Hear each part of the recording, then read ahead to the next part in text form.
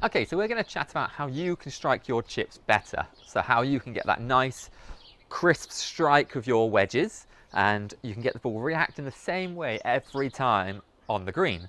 Obviously, different greens and different sort of firmness or softness, the ball's going to react different, but at least you'll be striking it the same every time, and you'll know how it's going to react on those greens. So a softer green, it's going to stop quicker. A firmer green, it's going to check up and run out, but you'll know how much it's going to run out each time, rather than having the ball react differently on those greens. So are you a golfer that tends to have a bit too much shaft lean, okay, because you're worried about thinning the ball, so you've got that handle further and further forward, you've got that ball moving further and further back in the stance, and then you're going to get a little bit sort of steep into the ball, okay? So what you can do then is you can either sort of thin it, or you'll hit that sort of low chip shot, and sometimes it comes in low and really checks up, but you never know when that's going to happen. Or are you one of these golfers that's got that ball position in the middle, but you tend to flick at it, you tend to scoop that ball a bit too much, so you never know how far it's going to go, and it'll often finish short of the hole, okay? Or this is another one that I tend to see as well. You're one of these golfers that's been told to get that shaft, that club head pointing to where you want the ball to go, so you kind of flick at it and like guide the chip to the hole a little bit, so you get this club head turning over and you're like guiding that club head to the hole, so you're hoping the ball's going to go there. All of those chips are going to create inconsistent chipping, okay, inconsistent strikes, and the ball's going to react inconsistently on the green. You never know what's going to happen, okay?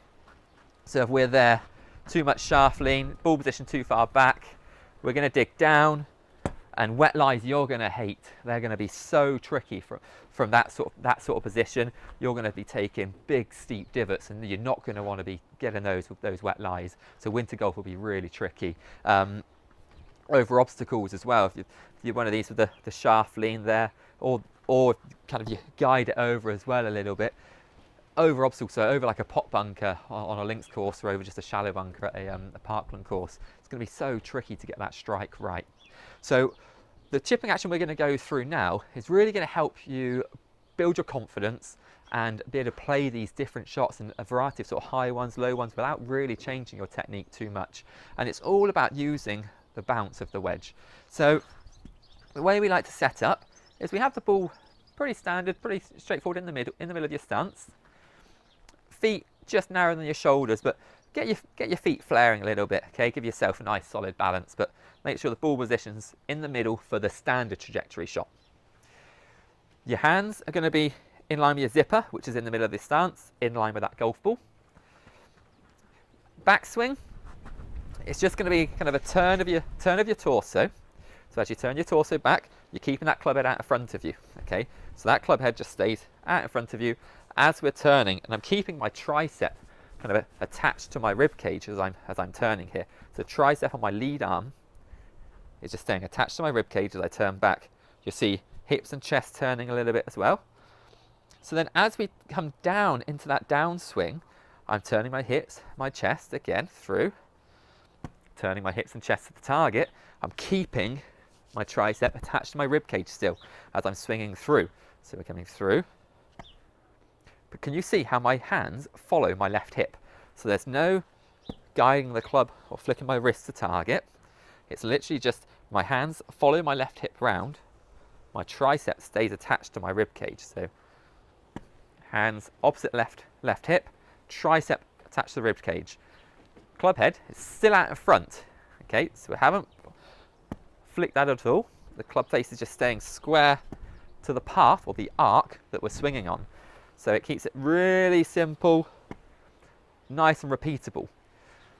Every strike I'm doing, I am focusing on the sole of the club, or the back of the club, or the bounce of the club, to be striking the mat. Now that is really going to help us get the ball reacting the same every time. The ball on sort of just standard firmness greens, the ball should drop, check up, and then stop pretty quickly. You won't get this long run out. So it'll be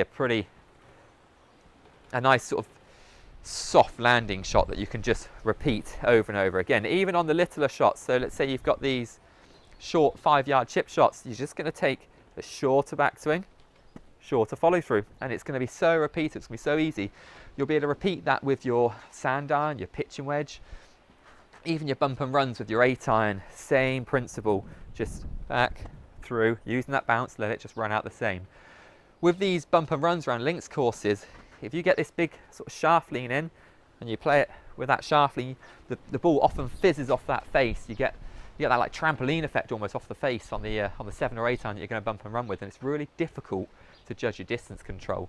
But by using this technique, ball position in the middle, hands in the middle, keeping your tricep connected to your rib cage, and you just turn back and through, using that bounce, the ball's going to react the same every time. You're not going to get it straight away. You're going to need to practice this a little bit, but you've got your gardens. You can hit little 5-yard chips in your garden. You can do it in the house. Just get like an airflow ball or a softer ball or something, or a ping pong ball, and just hit little dinks, little chips down your hallway or in your bedroom or down your lounge. And it's a really good way of practicing. You can also change the trajectory doing this as well. So by using that technique, ball position in the middle, that's going to be your standard shot. Flare the feet out a little bit. That's going to get your standard trajectory when you're playing the chip shot. Okay, so that's pitched around about here in the net. Now by moving the ball position forward, okay, so I'm now just going to play it off my left heel. Okay, lean a bit on my left foot. Exactly the same. So my hands are still on top of the ball. Okay, and we're just using the bounce. We're not changing anything there. Okay, keeping the tricep connected to the rib cage. There's a chance this could go over the net, but that doesn't matter. So you see how that's now gone over the net. So we've got that slightly higher trajectory shot, literally just by moving that ball position onto my left heel, getting my sternum, just tilting my weight more into that left heel as well, to then play that really simple shot. The ball pops up in the air. So if you've got a pin that's tucked up really close and you just want to drop it up and get it to stop pretty quickly, just move that ball position forward, get your sternum over your left hip, and then left hip, left heel, and that's a really straightforward way of playing that shot. You don't need to big open stance, big open face, and take a big swipe at it, because that's when things go wrong. But this is a real straightforward way of playing that nice lofted shot. So hop in your garden, play a couple of those shots, have a little practice. It's a really, really good way of chipping, a really simple way of using the bounce and get the ball reacting the same way.